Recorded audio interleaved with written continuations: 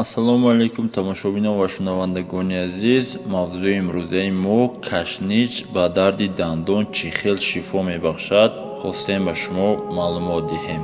роҳҳои гуногуни тайёр кардани даво барои дарди дандон аст. мо хостем имрӯз барои шумо аз кашнич чӣ хел дарди дандон ба дору тайёр кардан мумкин аст барои шумо пешниҳод карда бошем. мо ду роҳашро инҷо барои шумо пешниҳод мекунем ки чӣ хел бояд барои дарди дандон ин доруро тайёр кард. масалан дар вақти дору набудан ё ки барои занҳое ки дар вақти ҳомиладор ҳастанд метавонанд ин доруро истифода баранд ва ба онҳо ягон хел зарар намерасонад. ин доруро дар шароити хона ҳама тайёр карда метавонад. барои тайёр карданаш миқдори муайяни кашничро гирифта ба ягон зарф меандозем ва баъд ба дохили зарф як пиёла обро рехта дар оташ онро меҷӯшонем. вақте ки меҷӯшонем ҳамаи он моддаҳое ки дар таркиби кашнич аст ҳамаи он ба об мебарояд ва якчанд дақиқа инро бояд мо дар болои оташ монда онро ҷӯшонем. баъд аз он ки ҷӯшида мешавад баъд аз якчанд дақиқа дар оташи мулоим онро ҷӯшонида ба ягон зарфи дигар онро обашро ҷудо карда мерезем.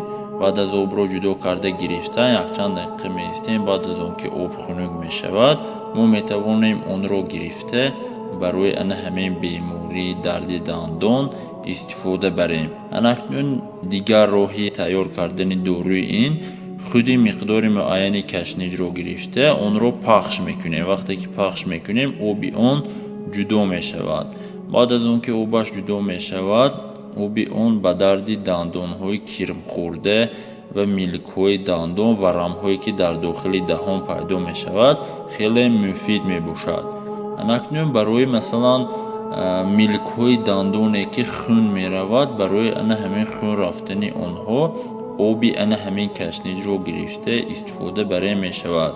дар вақти истифода бурдан ана ҳамин милкҳои дандона хунравиашро манъ мекунад ва баъд дандонҳоро боқувват мегардонад ва аз ҳар гуна касалӣ дохили даҳонро нест карда ва рамҳое ки дар дохили даҳон пайдо мешавад онҳоро нест мекунад ва бӯи масалан ҳар гуна бӯйҳое ки дар даҳон пайдо мешавад онҳоро низ нест карданаш мумкин аст. дигар роҳаш ҳамин ки баъд аз он ки масалан ана ҳамин мо кашничро пахш мекунем пахш кардаашро ҳам гирифта истифода бурда мешавад. чӣ хел? масалан ба милкҳои дандон онҳоро монда якчанд дақиқа меистем. дар милкҳои дандон рахшаҳое ки ҳаст моддаҳои лозимиро аз таркиби кашнич ба худ ҷабида мегиранд ва баъд он моддаҳое ки ба ана ҳамон қисми дандонҳо лозим аст ҳамонҷо кашонида милкҳои дандонро боқувват мегардонанд. яъне ки немкуфти кашнич ҳам ба милкҳои дандони мо фоида мебиёрад. оби инро истифода бурдан дар як рӯз 25 грамм аст. аз 25 грамм набояд зиёд истифода баред ва худи кашничро дар як рӯз 50 грамм истифода баред барои организми инсон кифоягӣ мекунад.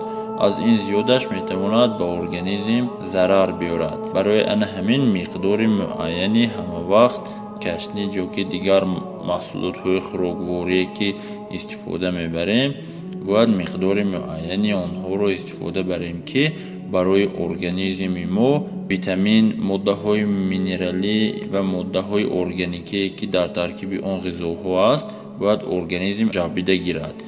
дар вақти зиёд истифода бурдан аллакай ба организм зиёдатӣ мекунад ва ягон касалиро ё ягон дигар корҳои узвҳоро тағйир доданаш мумкин аст. барои ҳамин миқдори муайяни инҳоро истифода баред. як чизро ногуфта намонем ки пеш аз он ки масалан баъзе тавсияҳое ки мо медиҳем пеш аз он ки онҳоро истифода баред бояд бо ягон духтур сардухтур муроҷиат карда бошед ва касалии шумо аниқ шуда бошад баъд инҳоро истифода баред мешавад. ин буд каме маълумот дар бораи кашнич чӣ хел хосиятҳои шифобахшӣ дорад. дар видеоҳои оянда мо иншоаллоҳ хосиятҳои дигари кашнич тухми кашнич чӣ хел шифо мебахшад онҳоро ба шумо мегӯем.